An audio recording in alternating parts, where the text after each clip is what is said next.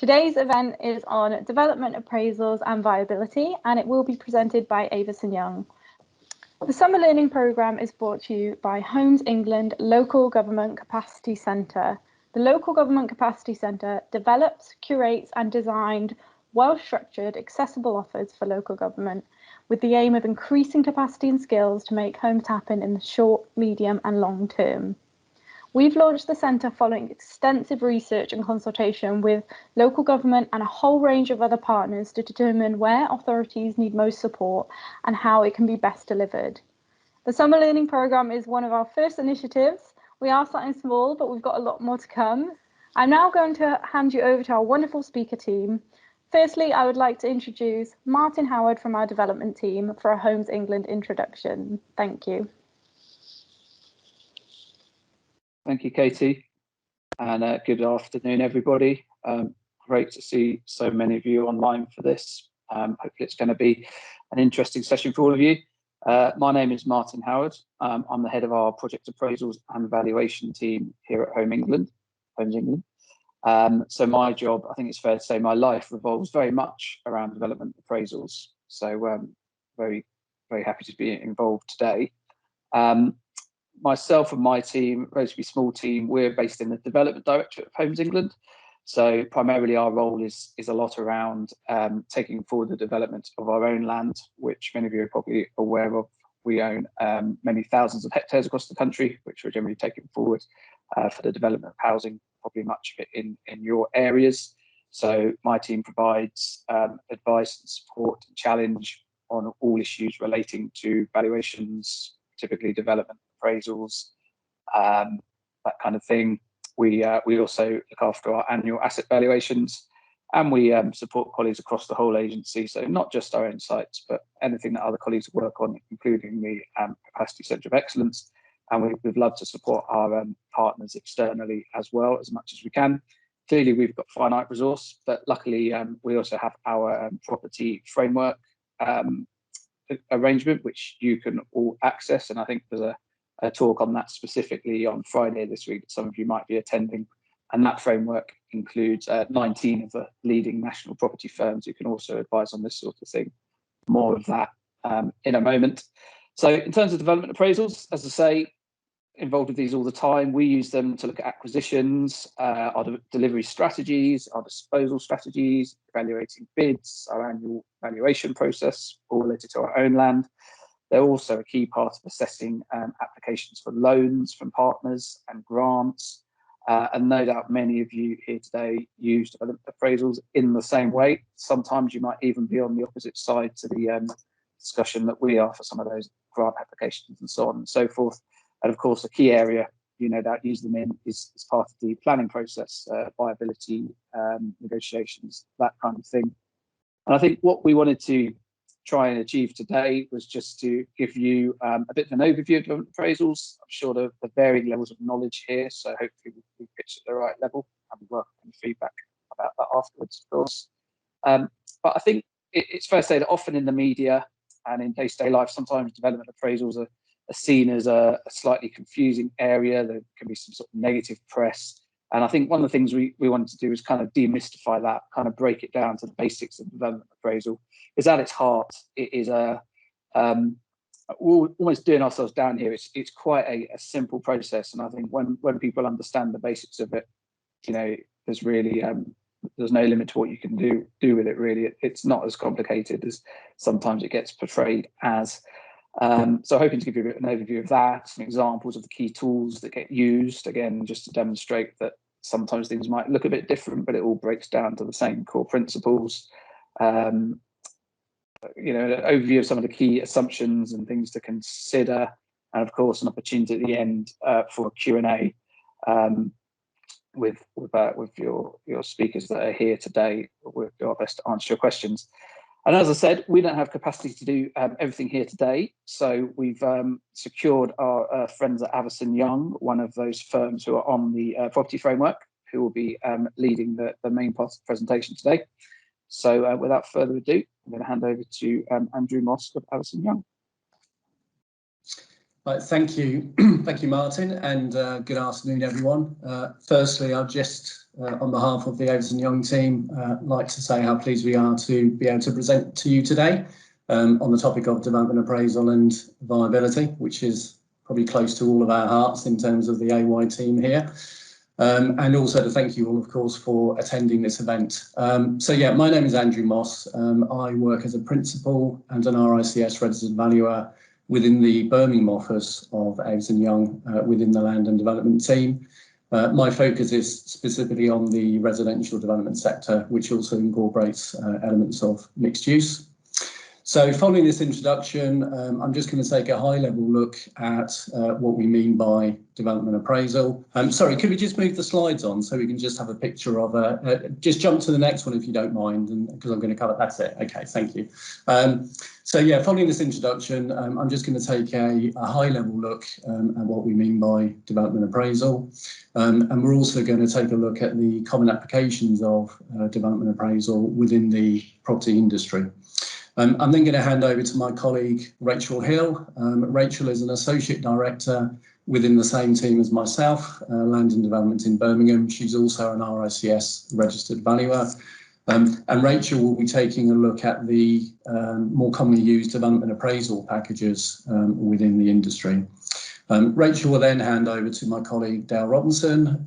Dale is a director, a very experienced director within our planning, development and regeneration team.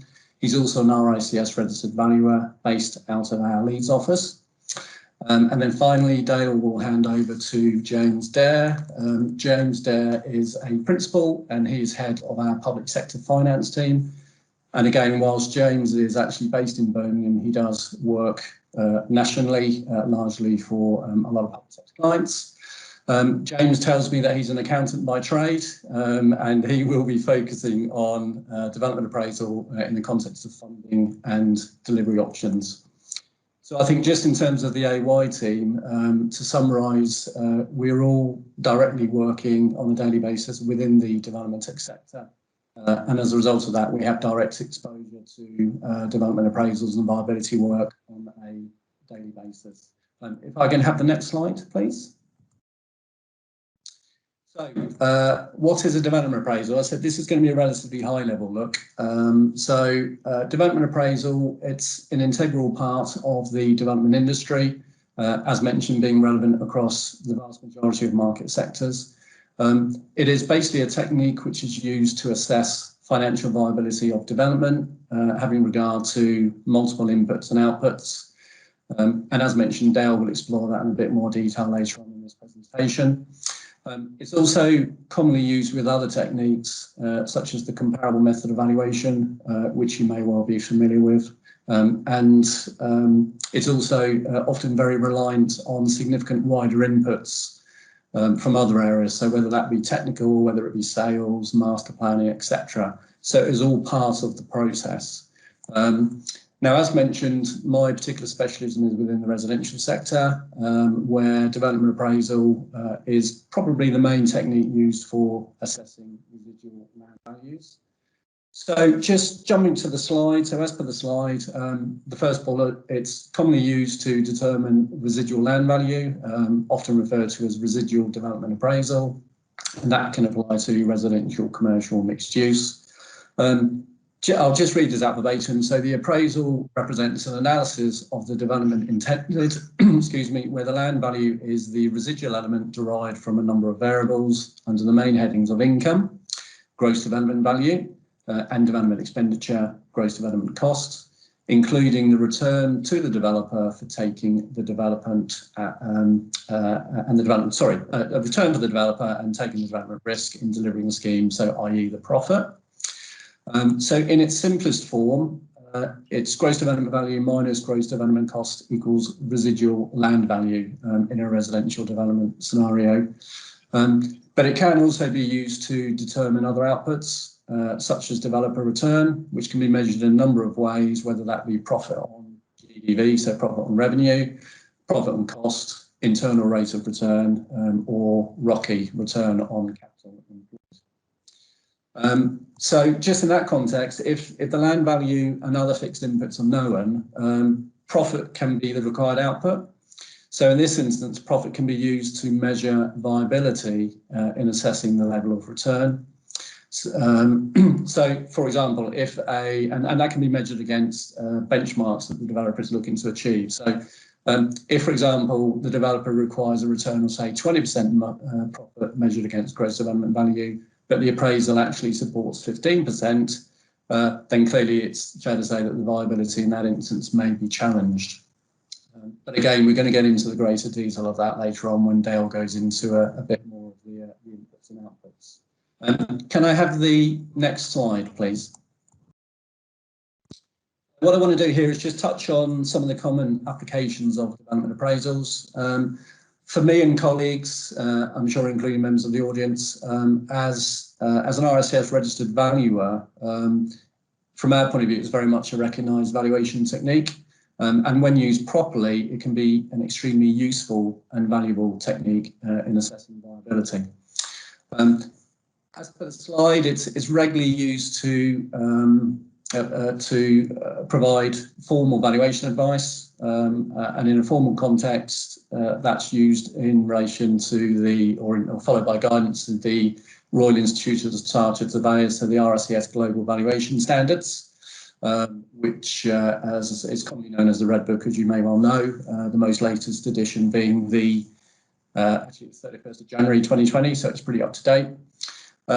In terms of what Rachel and I do from a Red Book scenario, the majority of Red Books that we undertake are for loan security purposes, again, just flagged on the slide. And in that respect, it's often supported by comparable methods of valuation.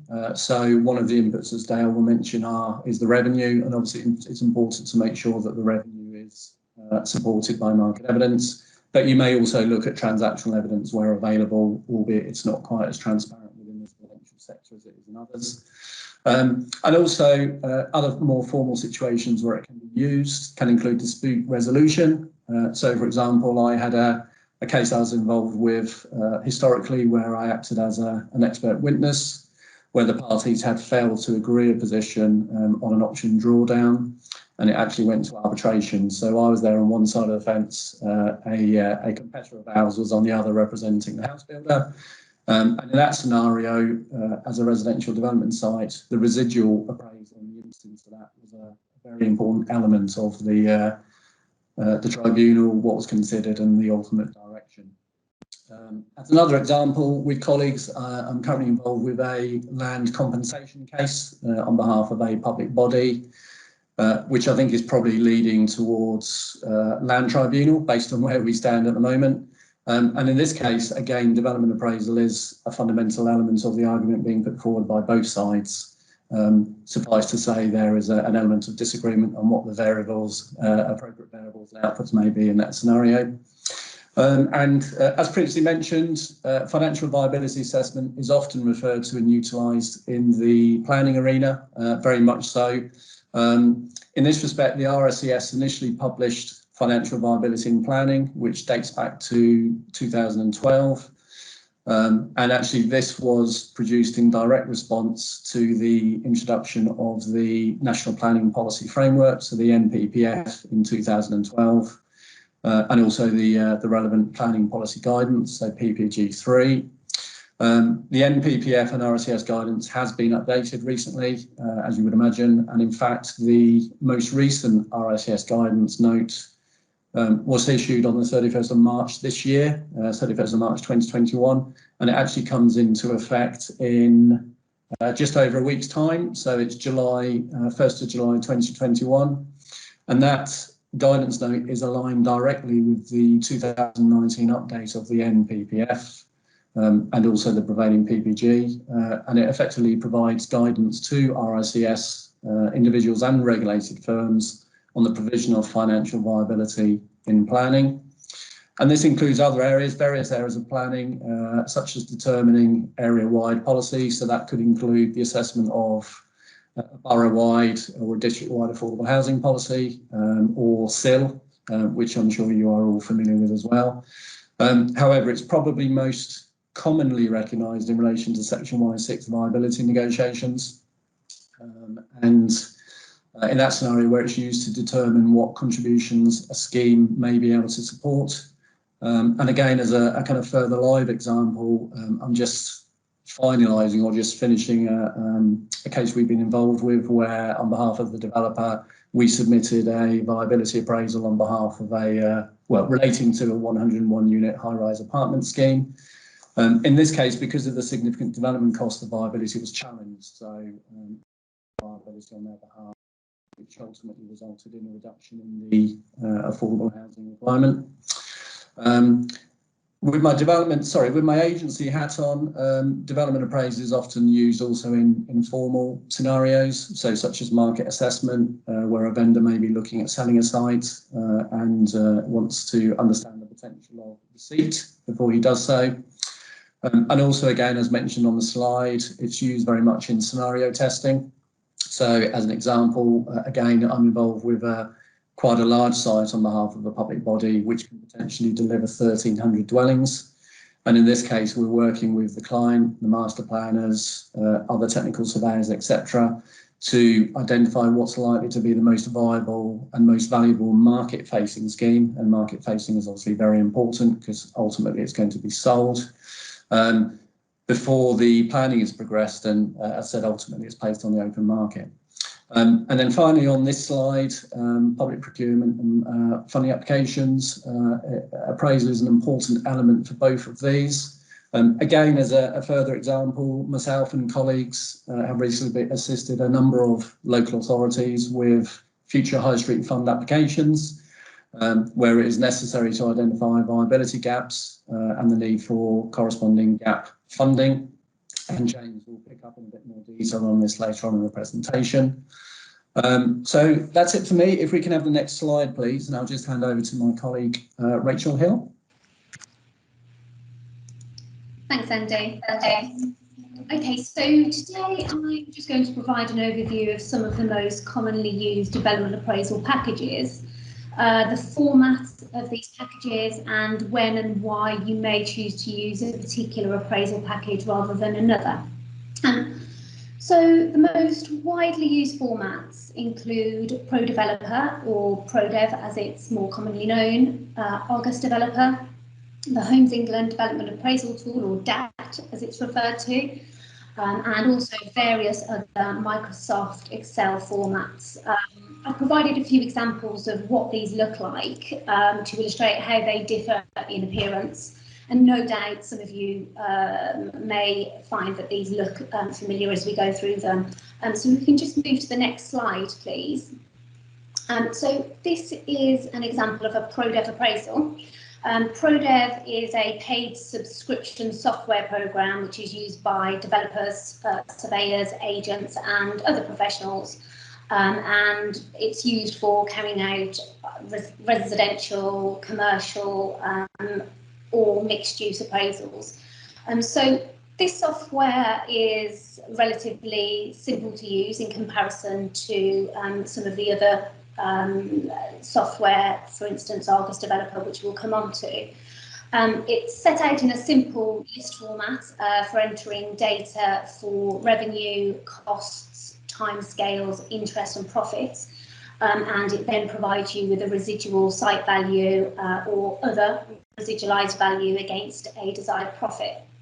So this software can quickly and easily allow you to carry out sensitivity testing to see how changing different variables, such as bill costs, for instance, can affect the appraisal.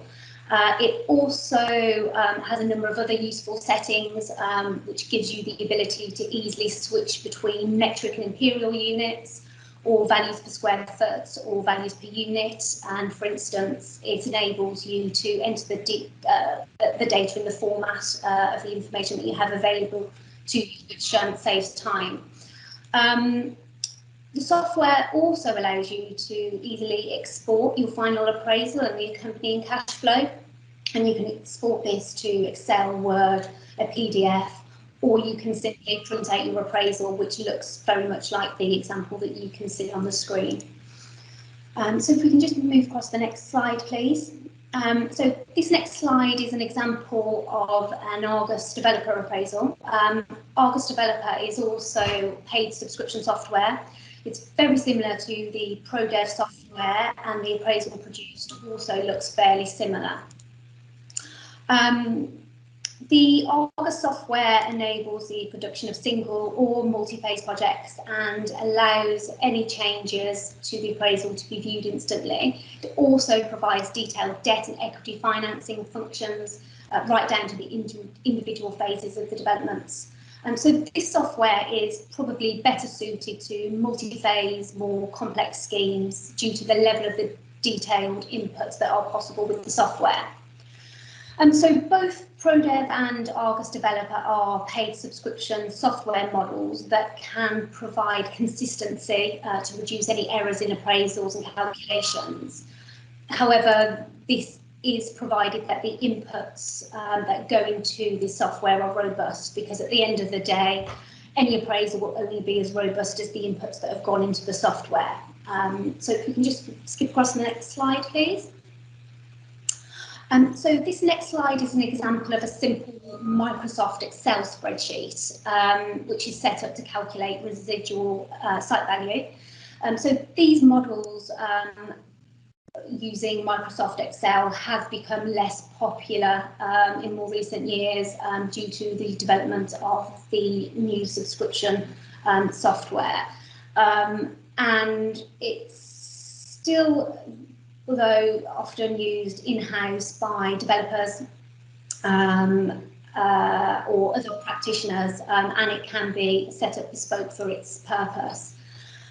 You can carry out complex appraisals using this Excel format, but it does require a very good understanding of Microsoft Excel, because you need to be able to spot any errors in any formulas within the spreadsheets which might occur, because these in turn can result in significant errors in the appraisal outputs. So that's quite important. And then finally, the Development Appraisal tool, or DAT, is a freely available tool in an Excel workbook format.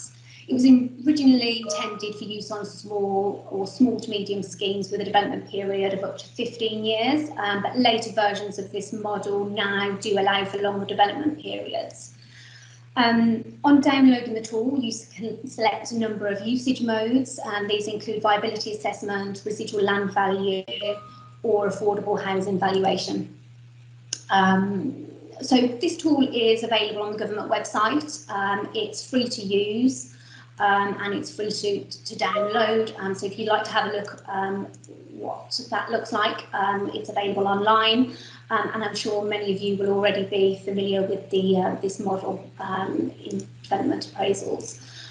So that's a very quick whistle-stop tour of some of the most common development appraisal packages that are available. I'll hand you across to my colleague Dale, and he'll just provide an overview of the main development assumptions and inputs which go into this software Excel models.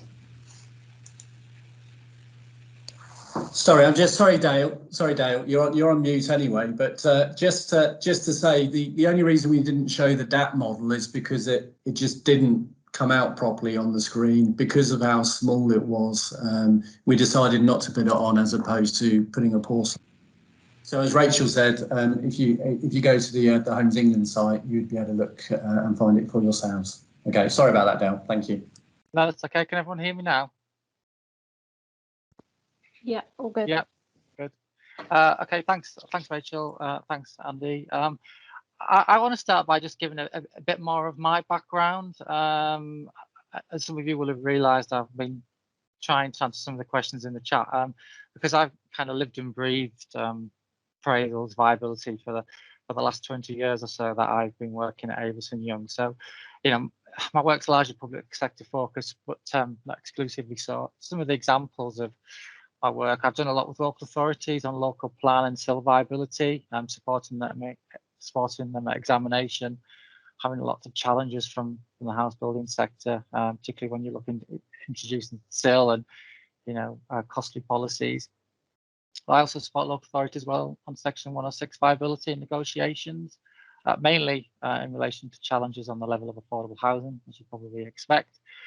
But my work also takes me into other areas such as business case development. One example is I've been working with Lancaster County Council in South Lancaster in relation to their HIF work. So my work informed the financial case and the economic case as well, working with economists, and my work was used to demonstrate land value uplift calculation, which helped secure 140 million of HIF investment in new infrastructure across South Lancaster.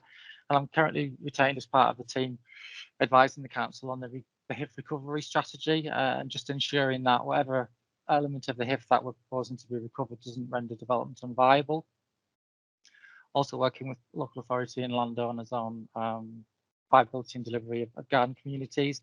I've got a long history of due diligence and appraisal of schemes, mainly under Homes England's previous programmes, including Kickstart, Get Britain Building and Builders Finance Fund, and that did lead to periods of secondment within the agency. So that hopefully gives a broad sort of overview of sort of my experience, and hopefully demonstrates why over the next 20 minutes or so I can talk to you knowledgeably around some of the assumptions which need to go into development appraisal and what you need to look for when undertaking due diligence. I think firstly it's important to recognise that the level and detail of information informing an assessment is going to vary considerably from scheme to scheme, from the very simple sites to the most complex. You'll have schemes which are in the very early stages of feasibility to some schemes which are going through planning, scheme layouts, designs that are known, hopefully cost consultant reports are ready. So it does vary quite considerably. But in all cases, there needs to be inputs that will be used for each of the main elements of the appraisal. And as Andrew touched on earlier, that's the establishing the development value, it's establishing what the development costs might be. So that includes build costs, professional fees, contingency, finance costs, etc. There's profit. Many people see that as a contentious element of an appraisal. The amount of discussions I've had, particularly with members, around whether a certain level of profit's reasonable is you'd be surprised, but undoubtedly, you know, if a developer doesn't make a profit, they aren't going to deliver a scheme. So, you know, it's a fundamental part of an appraisal. And then land value as well, albeit as explained previously, land value is sometimes the residual outcome of an appraisal, but particularly when looking at viability and planning, we need to think about benchmark land values as well, but I can come on to that later. So over the next 20 minutes or so, I'm going to run through some common assumptions at a rather high level, but hopefully provide some pointers as well of what to look for when undertaking due diligence. So first and foremost, you'll have hopefully picked up from some of the examples shared on screen earlier by Rachel that most appraisals start off with or show the development value. That's the first thing that's shown on an appraisal. And for residential schemes, this can be expressed as a unit price for each of the housing typologies. So for example, a 2-bed house, you might put in a value of X, or some appraisals may express it slightly different, where they apply a value per square metre or a pound per square foot to the net floor area. Got some feedback. There's no right or wrong approach. What's important, as Andrew mentioned, was those assumptions have to be based on a thorough analysis of sales values and rates from similar or comparable schemes. Where you're working on a large multi-phase residential scheme, comparable evidence should actually be available from the previous phases of development. So, that's a really useful source of comparable evidence. But where you've got a smaller standalone scheme, or where a multi-phase scheme is only on its first phase, you may have to look for evidence from similar schemes within the local area. You should always use evidence of actual sales, not asking values. Asking values are invariably higher than the actual values that are ultimately achieved. And if it's a mixed-use scheme, or you've got elements of commercial property, you will also need to provide or find evidence on rents and the capitalisation yields. The commercial elements can be particularly tricky, especially the yield assumptions. So if you have got a scheme which is mixed use or has some commercial elements within it, I would recommend you seek advice, particularly from a local commercial agent. And in terms of house prices, there are various sources of information you can use to find data on actual sold prices. I like using house prices nethouseprices.com. You can register free of charge. You can search on an area or within a defined radius of a particular area, and it will bring up all the sales which have been registered. So that will give you a price for a house type. What I then like to do is go onto the online EPC register, get the area of that particular property, and then you can work out roughly or derive the value as a pound per square metre, pound per square foot figure. So that's how I like to interrogate the sales evidence within my appraisals. You also need to reflect the affordable housing values within the appraisal. Some councils specify transfer values in their policies or supplementary planning documents, but in the absence of specific guidance, most practitioners and developers typically apply a percentage discount to market value. So, for example, social rent can be typically valued at around 40% of market value, and intermediate type tenure between 70 and 75% of market value. You've got other tenure options such as starter homes, and typically they'll be at 80% of market value. However, if you're applying this approach to valuing affordable housing, you need to be careful that the discounted value is realistic and doesn't actually exceed what an RP will realistically pay.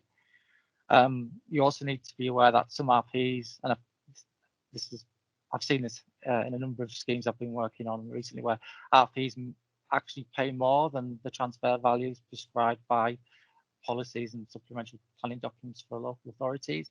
So I would always encourage you to check with local RPs, just give them a call, just to gauge their opinions on what prices they will be prepared to pay for various house types and the various tenure options. It's always a useful sense check in terms of just benchmarking the comparable evidence you've undertaken. It's also a common practice for appraisals to be undertaken on the assumption of no grant funding, but there will be circumstances where grant funding is available, or, in fact, if you're applying for grant funding or evaluating an appraisal which includes grant funding already, they will be included within the appraisal. So for a residential scheme, you need to be careful, because a lot of residential schemes in terms of profits are based on the revenue, and because the grant will be treated as revenue, you just need to make sure that profit isn't being calculated inclusive of the grant. The profit should be calculated just on the net sales revenue from the sale of the dwellings, and not based on the grant as well. So turning our attention to costs, I'm just going to run through some typical cost headings and items that you might see within an appraisal. First and foremost, you might see costs for preliminaries. These are costs which are necessary to deliver the project, but they actually don't form part of the completed work. So typically, they may include costs associated with site establishment, temporary services, security, safety, environmental protection, etc. So for smaller house builders, preliminaries are typically £5,000 a week, with larger house builders ranging between £7,500 and £10,000 a week. You do need to be careful when thinking about prelims, and particularly if you're using build costs from BCIS, and I'll come on to the build costs in BCIS later. But if you are using BCIS, prelims are included within those costs. So if you're using BCIS, don't include a further allowance for prelims, as that would be double counting. There may be costs for site preparation, and these are costs typically associated with general site scrape, including removal of vegetation. There may be works to levels on the site, creating development platforms, and for brownfield sites, you might have additional costs of demolishing existing buildings, etc. There aren't any commonly agreed parameters. Homes England HCARs did issue some broad guidance on abnormal costs and site preparation costs, quite a high level. But other than that guidance, I'm not aware of any other document which sort of provides generic advice on these costs. And I'd always recommend you seek professional advice when considering the reasonableness or otherwise of these costs. The obvious costs you will see in an appraisal is the build costs. Touched on earlier, many appraisals use or base their construction costs on information from BCIS, and that's the Building Cost Information Service. It's fair to say that this is a legitimate starting point, particularly for early cost advice. But once you start developing proposals, and particularly when you're starting to work with appraisals, when you're submitting as part of financial viability and planning, I'm always wary of the use of BCIS. And this is because most house builders, particularly the volume PLCs, they don't contribute to the sample, meaning that the costs from BCIS, in my opinion, don't truly represent the house building industry and often significantly overestimate the cost of construction, which then overestimates it's not just the overall build cost, but there's, the professional fees, the contingency, the finance costs, all these interrelated costs which are overestimated in turn. That then impacts on the level of affordable housing and potentially the amount of funding being sought. Now, I have had anecdotal evidence from a number of developers who have suggested to me that their build costs are substantially lower than BCIS, and some of the reasons are developers typically have standard off-the-shelf house types. They have significant buying power and can put lots of pressure on their supply chains. And the costs from BCIS include contractor margins, whereas the house builders, they include this within their gross profit margins. So do be wary about using BCIS, particularly in viability for planning purposes. It does always interest me as to why a developer would refer to BCIS when they must know down to the nearest pounds and pence what it costs to build their houses. So it always fills me with caution as to why they are preferring to use BCIS, and my logical conclusion is it benefits them in terms of their Section 106 negotiations. That's me being cynical. The latest guidance note issued by the RICS in March this year does actually state that full quantity surveyor's cost report showing how costs have been estimated should be made available for site-specific appraisals, but it does accept that for plan making or other early stage feasibility advice that practitioners such as myself may have to rely on BCIS. If using BCIS, you should also take care with respect to the indices that you're applying, because BCIS does provide a range of costs from the lowest to the low quartile to mean, median, upper quartiles, and then the highest costs. Through my experience, there seems to be now a general consensus that if using BCIS, lower quartile costs should generally be used for traditional housing schemes rather than the average or the mean costs, as it's that indices which more aligns with house building costs. You also need to be aware of rebasing the costs for time and geography, and it's important to understand the sample of data that sits behind the BCIS assumptions. BCIS recommend the sample should be no less than 20. So if the sample behind the BCIS data is showing a limited sample of data, that means there's less reliability that can be placed on that data from BCIS. It's not typically a problem in the main urban areas where the sample of data will often be significantly higher than that. If you've got a scheme in a particularly rural area where there isn't a lot of sample in the data, that might be where it gets a bit more tricky and less reliable in terms of the information. It's also important to consider additional expenditure on enhanced design standards through policy or SPDs. These, particularly, they're not included in the cost estimates already. Some developers may itemize these separately as abnormal costs as well. So it's important to, when you're looking at build costs, just to see what allowances may be included within their abnormal costs, and making sure you're assigning the relevant costs to the relevant areas. I would additional enhanced design standards policy costs, I wouldn't necessarily see them as abnormal. They're build costs in a particular requirement of policy. The appraisal will invariably include separate costs for external works. And again, these will vary from site to site and reflect the scale of the development, but typically they would include ducts and drainage, together with landscaping, parking, paving, perimeter boundary, treatments, etc. And as a general rule of thumb, they range between 10%, typically for apartments, and 20% of build costs. But again, ideally at a site-specific level, particularly if undertaking due diligence on an appraisal which is seeking a reduction in policy on affordable housing or whatever, ideally you'd want a cost report from the quantity survey showing how those costs have been made up Also need to be aware that in some appraisals, developers will not itemize these items out. They will just give you an all-inclusive construction cost. So again, when evaluating appraisals, it will be down to the practitioner, someone like me, to unpick all this information and ensure that the allowances are reasonable and not hiding or double counting any elements. And again, this reinforces the need for a quantity surveyor's cost report, as this should itemize out all the costs. Again, you might see separate costs for strategic infrastructure and abnormal costs. These will, as you can appreciate, vary again on a site-by-site basis. And when evaluating appraisals, it's important to ensure that, in my opinion, that all of these cost items are supported and verified through technical assessment. So if you've got particular onerous abnormal costs related to contamination, etc., things like that, there should be a cost report which clearly outlines what the issues are with the site, what the solutions are in terms of remediation. You might find that some of these assessments also provide cost information. And if you're in any doubt, you should commission your own professional advice. It's also important not to assume that abnormal costs are only encountered on brownfield sites. Greenfield sites are equally as able to generate abnormal costs, particularly reinforcement and upgrade works, the utility supplies.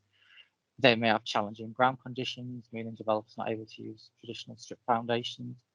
I worked on a scheme recently where strip foundations weren't possible. There was a lot of peat. It was a greenfield site, and anything which is not a strip foundation is classed as an abnormal cost.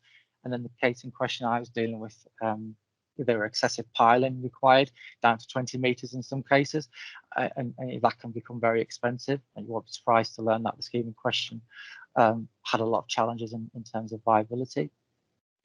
You will almost certainly see a line for contingency. As a rule of thumb, greenfield sites will be 3%, slightly higher on brownfield sites at 5%. But again, just be careful if you have a QS report, just take care that more often than not a QS will include allowances for contingency within their costs. So you just need to ensure that you're not making further allowances, which would be double counting. Moving on, local authorities, where they've adopted SIL, again, those costs should be included within the appraisal. It might not be obvious when reviewing the appraisal, as some developers also class SIL as an abnormal cost, and it might be wrapped up elsewhere in the appraisal. So you'll have to try and unpick all of this when doing the due diligence. You'll need to ensure that the charge is correct. Recommend you check with the local authority. Don't just look at the charging schedule, which might be online, as councils, I'm sure you all appreciate, are required to update their charges in line with the RICS SIL index, and the index charge may be different to those shown in the charging schedule online. So always check. Always check as well that the charge isn't being applied to affordable housing, as there is a SIL exemption for affordable housing. And again, also check with local planning authority on the accuracy or the need of other section 106.278 costs that might be included within the appraisal. Actually, what I find through my experience is that in the majority of cases, developers actually are underestimating the amount of additional section 106 obligations that the council might be seeking, and they don't actually include the full suite of policy asks. So it's always worthwhile double checking with the local planning authority to make sure you've got the full list and the full costs associated with those obligations.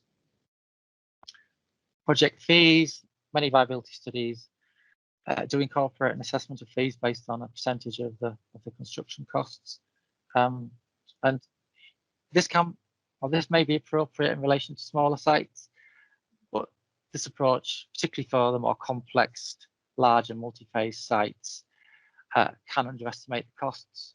So where possible, it should be try to distinguish the allowances for fees and take into account the nature of the site and the scheme that's been appraised.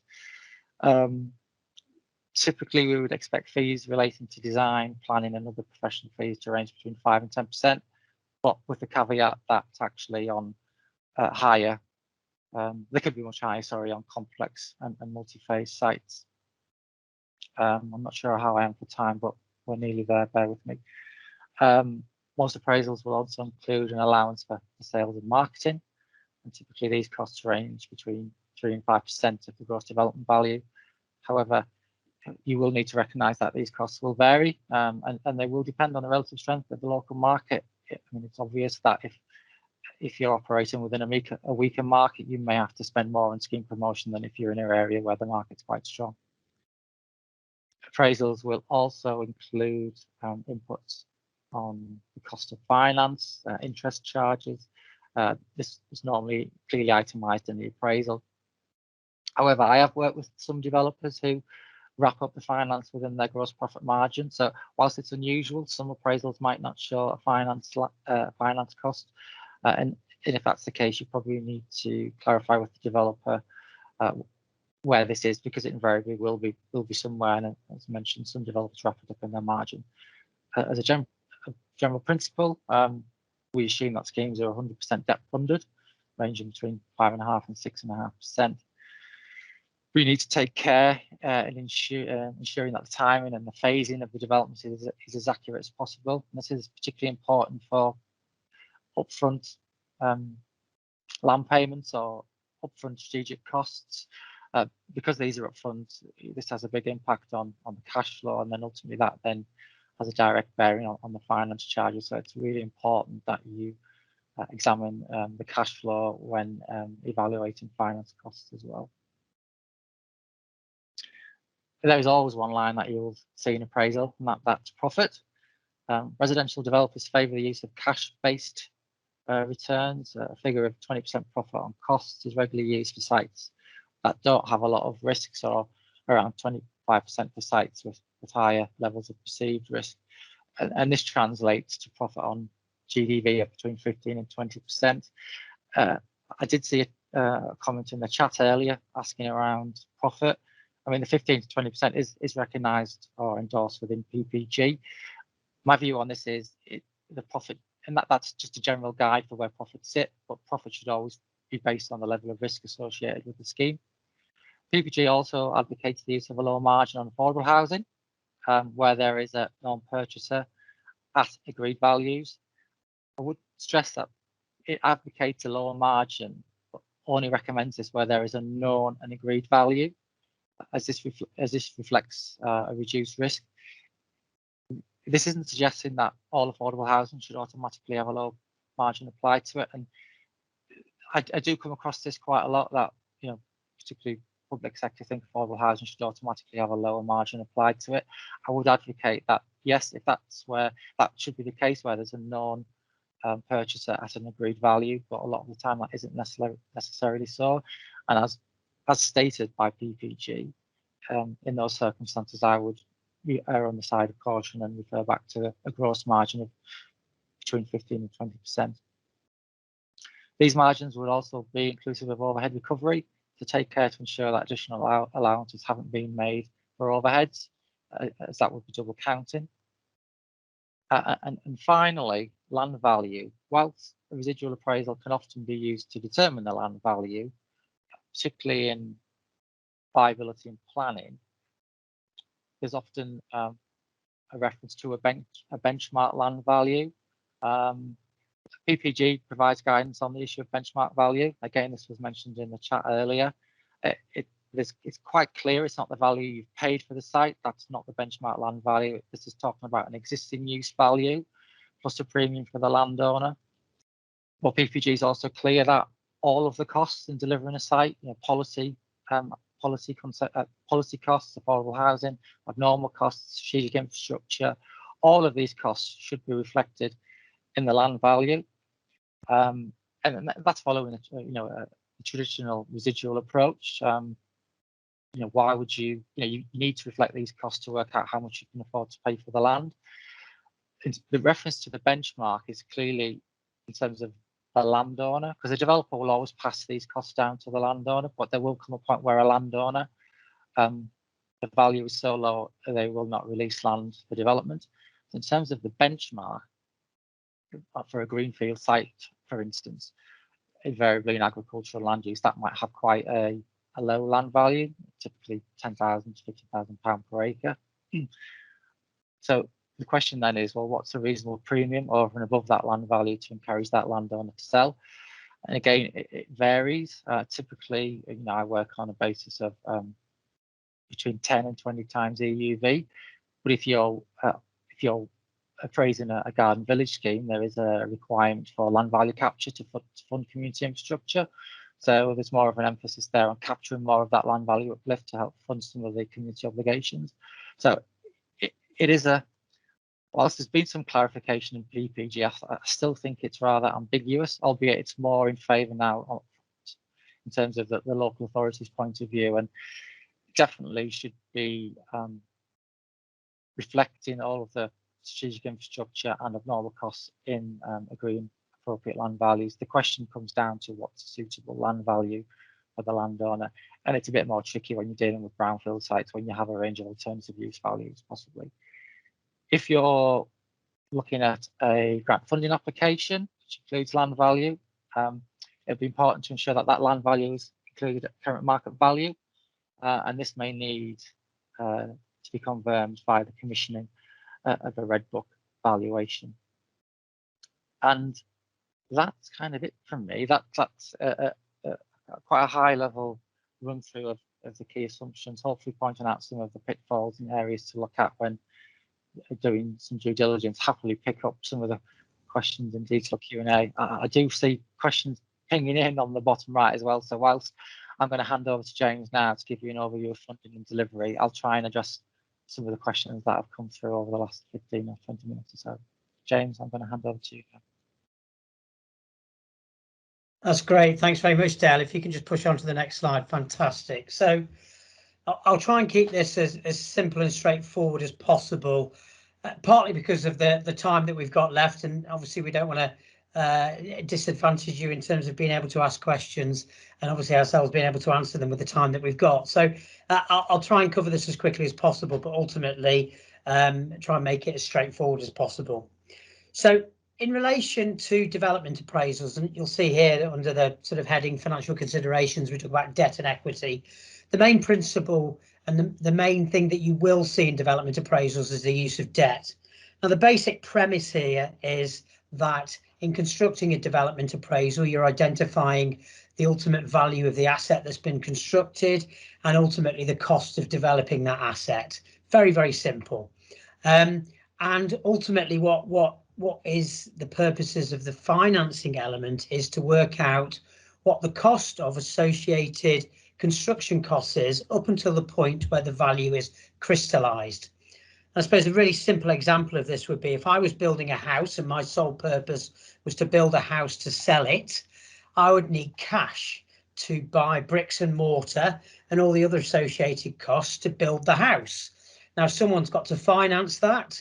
And generally what you see within a development appraisal is a line that refers to interest. And as Dale's rightly said, generally this is sort of accepted to be between 5.5% and 6.5%. Sometimes it's a bit lower, sometimes it's a bit higher, but nonetheless, the generally accepted ranges between those two metrics. Essentially what we're looking at here is, and the thing that you don't always see that sits behind the summary development appraisal, is a cash flow. And a cash flow for a period of time that relates to the construction build and the point in which the asset is crystallised and the value is realised. So ultimately what we're seeing is over a period of, let's say, 2 years, costs are building up over the period of time, and generally speaking, bank finance is provided to fund that cost. And that debt then is rolled up, the interest is rolled up on a monthly, quarterly, annual basis, whatever's agreed with the bank, and then that's generally repaid at the end when the asset is constructed and the value is crystallized at that point in time. And that's it, dead simple. There really isn't, anything much more to it than that in reality. The term equity rarely used in development appraisals, to be honest. I'll come on to that point on my sort of next slide, but before I do, I'll just touch on some of the other points that we just need to consider as part of this. I think from your perspective, when you're presented with development appraisals, what you need to be asking specifically around the finance and funding element is, are the assumptions in here normal? So we've talked about a range of between sort of 5.5% and 6%. We need to ask questions around the debt financing, especially if the numbers are much lower than that or much higher than that.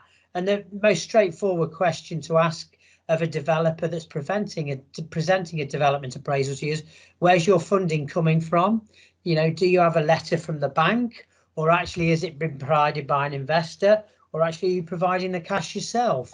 And ultimately, the relatively straightforward questions to ask. And in most cases, a developer will be able to provide you with some detail. They might not have it signed on the dotted line by a bank, but nonetheless, they'll be able to provide you with some detail that reinforces and also supports the numbers and the assumptions that they are making within the development appraisal. But as I've said, very, very simple. This is just interest that's attracted to a cost of cash flow up to a period when the asset's disposed. Obviously, what you need to watch out for here is where you know that there's a slightly different model being used, whereby the assumption is actually the developer will retain the long-term value. So as an example, where rent is being created, and actually, you know, that's not reflected within the development appraisal over the long term, because generally speaking, what will be done there is that they will effectively capitalise the value of that rent, which is where the yield is applied, and that will create a capital value that compared against the cost of constructing it. If it is the case that the asset is being retained by the developer over the long term, then you will normally ask for the cash flow assumptions over the long term and how the debt over the long term is likely to be serviced, especially where an asset is not sold after it's been constructed. But again, just some of the points to consider in here when you're looking at these things is, how affordable is this? You know, is there a reasonable level of profit being assumed here? You know, it makes me nervous when I look at development appraisals where there's a very, very low profit margin, because when things go wrong, that profit margin tends to get squeezed, and developers aren't necessarily then properly incentivized to make sure that developments come forward. So again, I think, you know, looking at that from the perspective of deliverability is absolutely critical. What we can't have is a development appraisals that's too tight, and therefore sometimes things don't get constructed then, or take a very, very long time to get constructed, up to a point when the market starts to improve.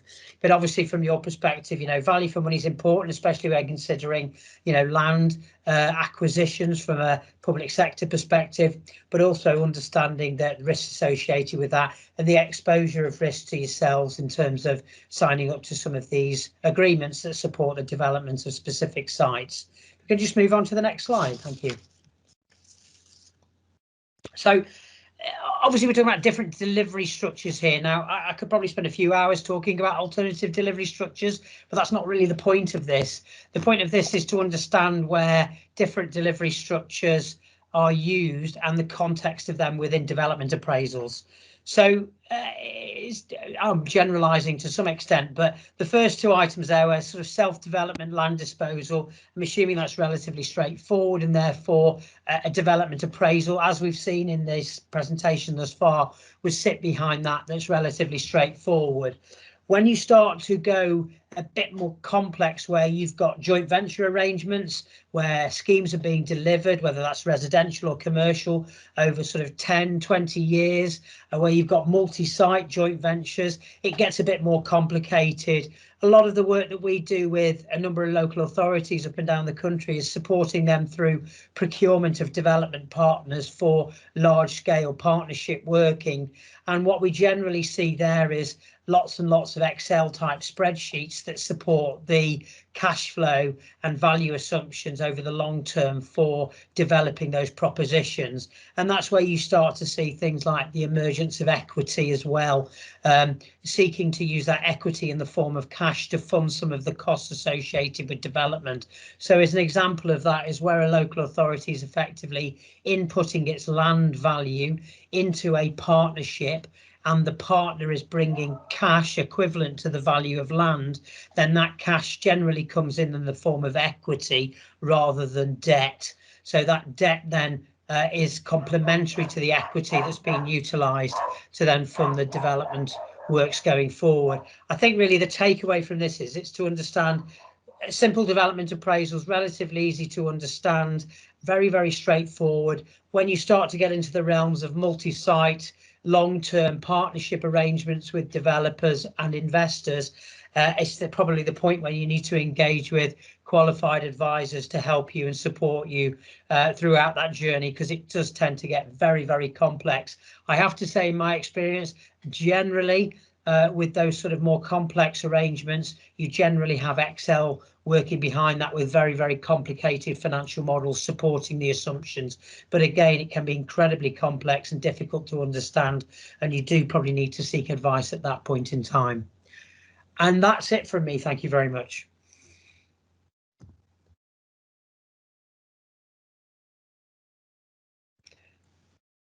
We can move on. Is it Q&A now, I think? Yep. There we go. Well, thank you all for such an interesting session. That was brilliant. We've got loads of really interesting questions in the chat, so I hope you're ready for those. Thank you to Dale and Martin that have been answering as we go along as well. So I'm just going to start with some of the liked ones that have proved a bit more popular. So we've got 2 questions here related to BCIS. So if the BCIS costs are higher than a developer's costs, how can we get a developer to honestly state their costs?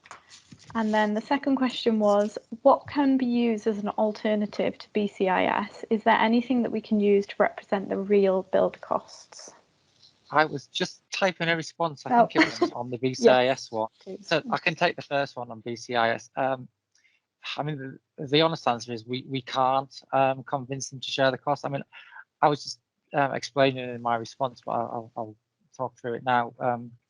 I was once working with one of the volume PLCs, and we were challenging local authorities' affordable housing.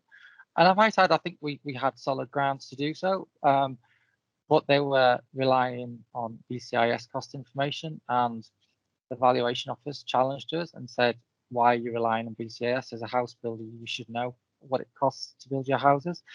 Ultimately, we ended up in an appeal situation, and our QC again posed that question to the house builder, saying, well, why are you using BCIS? You should know. You build these houses day in, day out. You should know what it costs to build. And to cut a long story short, they weren't prepared to disclose that information for fear of it prejudicing other challenges and scheme applications elsewhere. And ultimately, they decided to withdraw the appeal, and they did end up doing a deal with the local authority. So I don't think you can force them. I do think this is it's a little black box. I mean, again, we've had discussions with some volume PLCs. Anecdotally, some of the cost information they were giving to me was, significantly below the costs from BCIS. However, I would say that as Homes England, through the sites you bring to market and the submissions you get from developers, you probably have a better understanding than most on what developers actually might cost to deliver schemes, because clearly they're going to be competitive when submitting bids for land. So again, you must have a vast data bank of information which you've got at your fingertips, which you can possibly share with local authority partners. Just expanding on that, in the valuation work that we do, we often work hand in hand with our internal building surveying colleagues. So, for example, there's a very experienced director in our Birmingham office who specialises in the project monitoring and appraisal of residential development sites, a lot of which is related to the drawdown for loans for funding. So where a bank is prepared to release further funds once they know the developer has got to a certain stage on the build. And obviously they want to make sure that they're spending the money on the build and they're not all driving around in Porsches. So somebody has to go out and inspect the site to make sure that they are doing what they say they're doing. And in that case, John, for example, he's currently monitoring about 50 separate residential development sites by various house builders. So he has direct exposure and direct evidence of what those build costs are. So whilst we, when we're doing viability, may refer to BCIS, I will also refer to colleagues who have that direct exposure. And we also, in part and parcel of what we do with our agency hat on, we will ask sometimes house builders when they're bidding on sites to provide a view on what their costs may be. And you'd like to think isn't always the case, but you'd like to think in a competitive bidding scenario, they're generally quite upfront because they're keen to acquire the site and demonstrate, how genuine they're being. So there are various sources out there which aren't necessarily published, but your consultant should be able to assist you directly with that. Brilliant, thank you. And just on the topic, while we're covering BCIS, we've got one from Sean saying, how often are their rates reviewed, i.e. would the recent increases in materials be captured? Do you have a better view than I, Dale? I mean, I know that they do certainly forecast costs. Obviously, the issue there is that they're trying to second guess where inflation may be. But it's a bit like house price inflation. Generally, there is generally a pattern to these things. So when you're forecasting ahead, you can have a very good view on where they're going. Where you may come slightly unstuck is situations such as now, where some house builders are taking into account Part L costs with the new building regulations regime tightening. Some of them aren't, and as Dale said, some of them are including them as abnormals and some of them aren't. So it's having that transparency. But generally, my understanding is the BCIS costs, it's an ongoing update. So I think they're actually updated every month, as well as forecasting. Dale, do you know any difference to that? No, just to confirm, I don't know exactly the frequency of the updates, but they are updated regularly, whether that's monthly, bi-monthly. But yeah, on a regular basis, they are updated. But as Andrew says, it just varies. Again, as the information you put into an appraisal it influences the quality of the output. The information that developers submit to BCIS influences the quality of the data there. And I do know that when they send around the information, it's not always reported back from each developer on a like-for-like consistent basis. So as Andrew said, some people might class some costs as normals, whereas another developer might lump that within their build cost. So it's only as good as the information that's inputted into the database.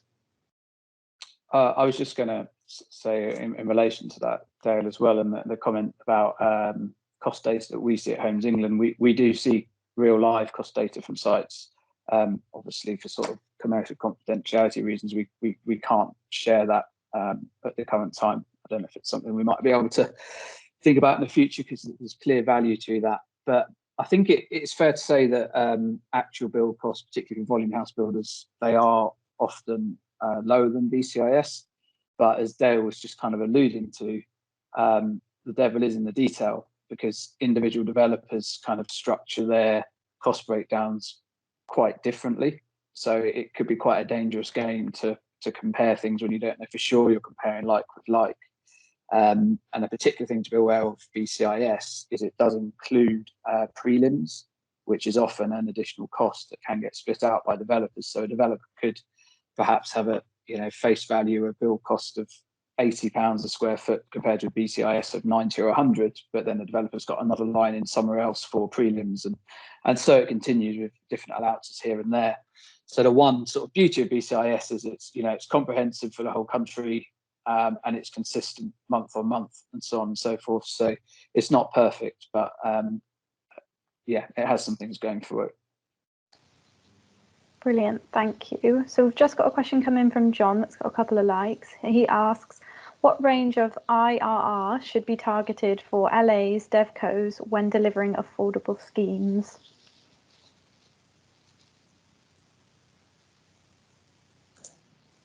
Interesting one. It's a hard one to answer, actually. There is generally quite a broad range in IRRs that might be delivered.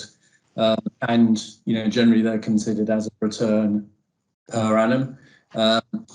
I can only really relate to that in terms of the wider market, and you will see various references to IRR, which, depending on the market conditions, but also importantly the risk that the developer may be taking on associated with that scheme, they can vary between 10 and 25% per annum. I know that's quite a broad range, but obviously there's a lot of things that factor into that in terms of what development returns somebody may actually be seeking on an annual basis. I don't know whether colleagues have got to be on that. I think just one thing, just to add, Andy, to that, I think the use of IRRs and MPVs is great. But I think generally speaking, we're using them to compare alternative investment decisions rather than to make a specific decision. So where as an investor and a local authority could adopt those investment characteristics, where they're looking at a range of different projects to deploy their capital, they could utilize sort of MPV or IIR as a mechanism to compare and contrast those options.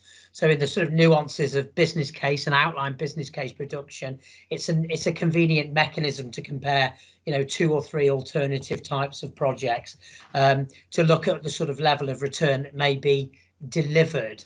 I mean, what I would say, and I'd say this from a private sector perspective, is when investors are looking to make investment decisions, they generally have a range of IIR hurdle rates that they are prepared to accept in making an investment decision. So as an example, I've been working with a pension fund for a number of years now that makes a number of large size investment decisions into real estate projects, and they have an internal sort of rate that they apply to their decision making of 12%. So for projects to come forward and be approved purely around an IIR calculation, those projects need to be exceeding a 12% IIR, as an example.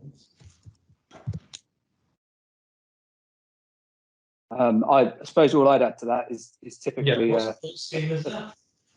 target IRR would be influenced by your cost of finance plus a risk premium for how risky the project is. Something like affordable housing might not require the biggest risk premium on the basis the income's probably there's a level of certainty around it, but it would be a scheme by scheme, project by project decision and an organisation by organisation decision depending on your cost of capital and your kind of risk appetite. Brilliant, thank you all. And so we've got a question from Donna. What are your thoughts on using overage agreements to capture any potential uplift in a site, particularly over a long build out period?